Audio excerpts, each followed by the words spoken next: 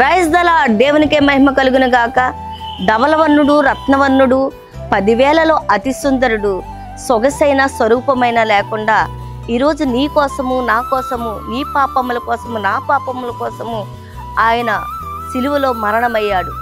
ఆయన పొందిన దెబ్బల చేత మన స్వస్థత కలుగునని సెలవిస్తున్నాడు.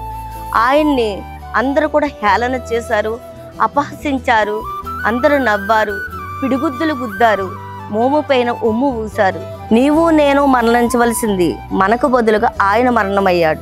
మన చెడ్డ తలంపులను బట్టి ఆయన తలపైన ముళ్ళ కిరీటం గుచ్చబడింది. నీ చేతులతో నా చేతులతో చేసిన పాపములను బట్టి ఆయన 2 చేతుల్లో మేకులు గుచ్చబడ్డాయి.